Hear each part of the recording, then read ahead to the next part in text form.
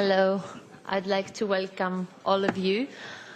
It's quite an attendance, but I think it's a really interesting subject today that we're going to have a very interesting discussion with excellent speakers with us.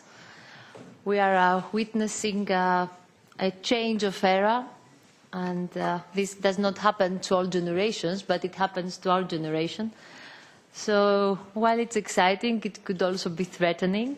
So I think being human in an hyper-connected era gives two possibilities, either to see it as a threat or something very exciting. Mr. Madeleine, before I give you the floor, is the Director General responsible for the digital agenda for Europe. Thank you very much for moderating this event. So thank you, Eva, if I may, and thanks to the European Parliament for hosting this event, because I think that what we're trying to discuss here is at the heart of European democracy. Yes. So democracy, last but not least, how does democracy change in the on-life world? Hyper-connected people, hyper-connected nodes live longer. Think of the internet. Hyper-connected people will also live longer. And the issue of immortality is the other half of my chapter in the book, which I will not talk about today. In this presentation, I will promote the thesis that democracy, as we know it, is reaching its limits. I would also say it's about time that democracy reaches its limits. Technology has changed every aspect of our lives, except our political systems. The architecture of every other system has changed. Think about travel agencies, book and music industries. Intermediaries disappear. We are witnessing a continuous renewal of the agents that are between the citizens and the services or the products. Willy Brandt believed that Europe had only 20 to 30 years of democracy left in it. After that, he said, it will slide engineless and rudderless under the surrounding sea of dictatorship. And whether the dictation comes from a Politburo or a junta, it doesn't make any difference. Today, we are witnessing the limits of the model of democracy in which we live. Corruption and the lack of transparency are global phenomena. Democracy of the 21st century ended up to refer almost exclusively to the right to vote. And yet, the number of people who participate in elections is falling continuously. Younger people are almost completely excluded from the process. And it is not only about participating in the elections, it's about participating in general. Participation is about contributing in decisions that influence our lives. The guy I have there is scratching his head. He's trying to take a decision. But decisions are based on the information we have about the particular situation. To take a good decision, we need to have accurate and relevant information the moment we need it. It should also be presented in a format that makes it easy for us to comprehend and to process. But how do we deal with the ever-expanding volume of information? Do you have any idea how much is happening on the internet in just 1 minute? I don't know if you can see it, but it's 204 million emails are being sent, 2 million Google searches, and 30 hours of video are being uploaded in just 1 minute. In the digital era in which we live, time and space are contracting. Country borders are breaking apart, but we continue to run our countries as if we have full control over their territories. In the digital multiple societies in which we live, it is the G9, the G20, the IMF, the UN, the EU, the financial markets that actually take decisions for our lives. So if we want to consciously design our futures, we as citizens, we must get involved in that level of the decision making. But to do that, we need to change the architecture of the decision making system.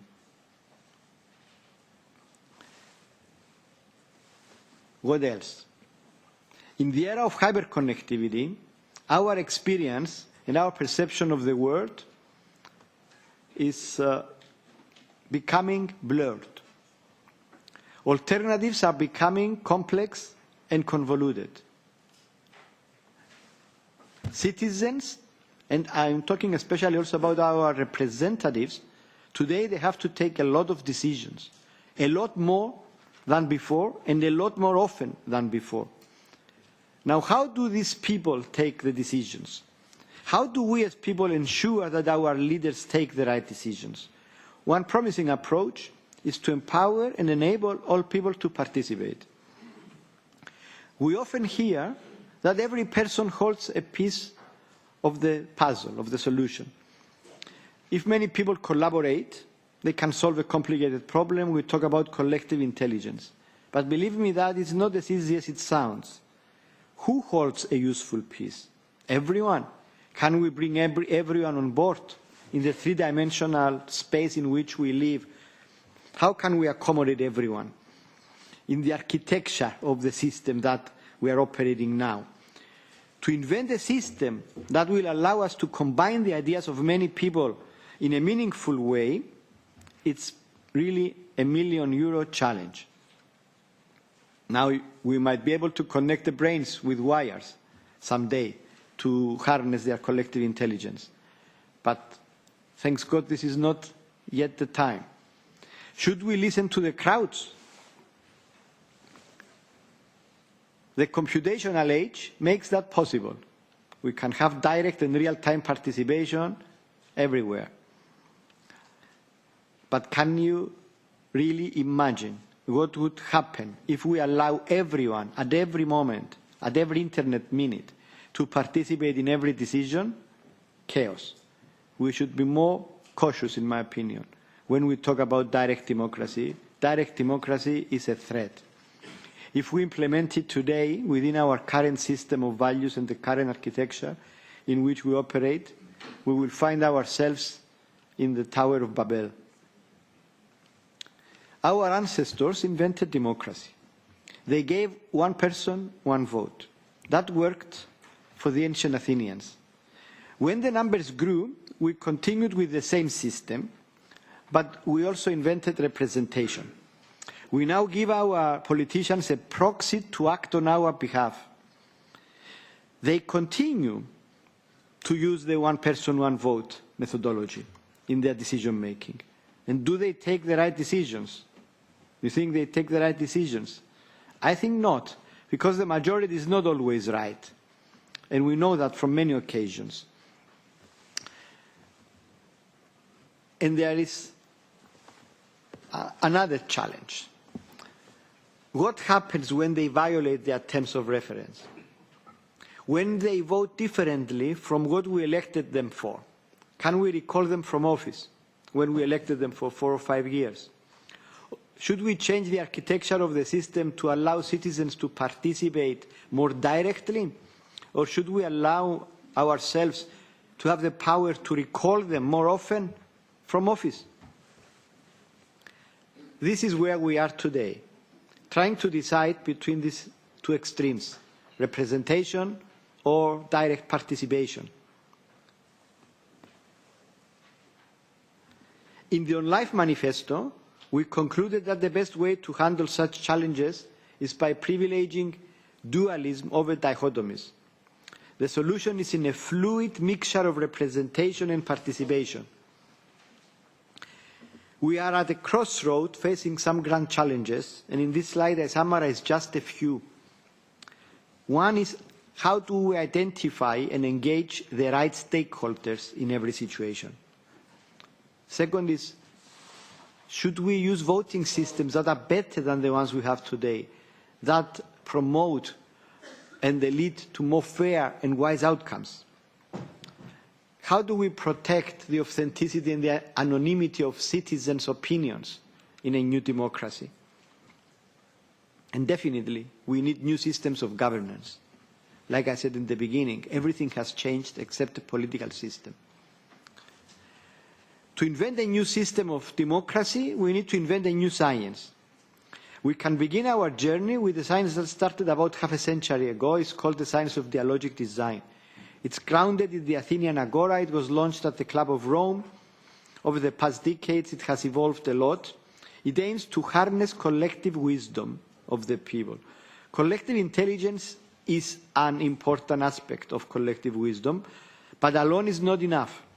We also need to have a common vision and a shared understanding of what we are discussing. The process I'm talking about unfolds in stages, but I don't have time to explain. But it begins with bringing everybody around the table, following some strict rules, documenting everything, unpacking complex situations by asking participants to contribute individual observations, clarifying their ideas, clustering them, voting to choose the most important, and here comes the surprise. I will explain only this significant stage of the process to illustrate to you how we prove scientifically that the majority is not always right. If we take two ideas at a time and ask the question, suppose we are able to make progress in idea X, will this help significantly making progress in the idea Y? Using these binary influence relationships, we develop influence maps like this. And here is a real map from the real world. And these are the three ideas that have the arrows there, which received the maximum votes. So if we were based on popular voting, they will be the solution. But in reality, after a lot of discussion, they end up not being the most influential ideas. In other words, we have a phenomenon we call erroneous priority effect, which proves that popular voting often results in settling for wrong priorities. My time is running. I will conclude with the information that is most important for the people in this room, implications for policy and for research. Implications for research is that we need a science of dialogue to facilitate dialogue between thousands of people. The dialogue systems we have today, they operate for 2 or 3 people. But what if we want to have a dialogue with 1,000 people? We need to support citizens discover relevant information and filter and present it in ways accessible to them. We need new voting systems. We have mathematics. Let's use the mathematics. We need R&D to enhance cognitive limitations. In the OnlifeManifesto, we have shown that the attentional ability of the brain is a bottleneck. We need tools and methodologies to enable convergence of opinions and ideas rather than divergence. For example, now, social media, like the Facebook, converge, they don't diverge in the discussions that are going on. And some implications for policy. People participate in decisions, they should participate in decisions that influence their lives. People should participate in issues that interest and concern them, kind of distributed democracy. We need policies that privilege the most wise and not the most popular positions, so that wisdom prevails. We need to strive for consensus and respect the minority, because we have proven that sometimes the minority might be right. We need fair policies that avoid that everybody participates in every decision. I will leave you with one important message in the form of an axiom. It is unethical to change a social system without the authentic engagement of those whose lives will be influenced by the change. And if we try to do this, we will fail. Thank you.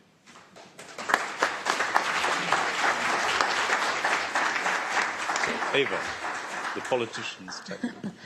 So it's the last question. Well, it was very interesting because we use in democracy to say that the majority is always right. So we're thinking like in a different way. So hearing your concerns, sometimes it's safe to use the direct democracy, but for example, in the public dialogue, but sometimes it is not. So you say we shouldn't change the architecture of the system, but try to find the proper way to implement it or not. So by reminding everybody the Arab Spring that started a revolution with a tweet, my question is, do you believe that it's more dangerous to have direct democracy, or is it the best kind of democracy that we got in the internet? The tweet is not democracy. It was a way of spreading the word. I strongly believe that direct democracy is a very big threat, because not everybody can participate in every decision at any moment. So we need to invent a new system of democracy which will find the balance. So at one end of the story, we have the representation, and we know it doesn't work. I mean, the corruption and what's going on around the planet and the lack of transparency is clear. So representation doesn't work. It's not possible that we elect somebody for 5 years and then they do whatever they want, like a carte blanche. Technology allows us to have more frequent consultation with our representatives, including the right to recall them from office. So we need to develop these systems. Now, on the other end of the spectrum is direct democracy, that we put everything on voting and everybody votes at every time. And they do the referenda, for example, in Switzerland. And that works for them well, and it worked for the ancient Athenians. But I don't think it will work for today's world. In today's world, with our system, with our values, with our architecture of how decision-making is taking place, we will fail. Because not everybody has the same interest, the same knowledge, the same time to invest on every decision. So we need to go beyond the one person, one vote model and invent a new model that will be more fair for the decisions taken, and the decisions will be wise for everybody. I have to thank you for this answer and also mention something that you don't see. You have in front of you a laptop, an iPad, and an iPhone. You're the most hyperconnected here. Thank you very much. My name is Stella Veliki. I have studied physics and informatics, and I have 3 or 4 questions, very short. The first question, very important, is how can we exercise our democratic rights using hyperconnection to influence the political decision? I know vote is not everywhere, but we have another possibilities to influence the political decision only for this. So. Thank you. So, comments to my right? Shall I? Yanis? Okay, let me start with your question about hyperconnectivity and democracy. I guess the challenge is that everything is changing very fast, and in all aspects of our lives, technology is supporting this fast change, except for politics. In politics, things are happening slower, and decision-making is taken by our representatives. Hyperconnectivity could help us a lot, accelerate also this process, and engage more people in the decision-making system. Your suggestion, I find it very interesting, not to take a decision, but to influence a decision. I think that's a very clever idea. Maybe it's a very good beginning, so that we can have an immediate sense of what people think about it, for example. But I don't want to become very specific on what the solutions might be. The general point I wanted to make with my intervention is that since technology allows us to do things faster, it's going to do it even if we don't plan it. So we need to design the future before it happens. Because the other option is that the system will crash and then we will be searching for a solution. And it will not crash because the politicians are necessarily corrupt. It's the system that allows them to be corrupt. Because if I hire a lawyer to represent me in court and he goes against me, I will immediately stop him. But I cannot stop the politician I elected. He stays there for 5 years, even if he doesn't do what I asked him to do. So this is the issue here. So even that loop needs to become faster. Because now in engineering, in technology, we have feedback loops. Here we don't have a feedback loop, a quick feedback loop. I elect him, he does what he wants for 5 years. It's natural to become corrupted, I would dare say. So it's the solution to put him in jail is not a solution, because if we make the law a little tougher, many will go to jail. And then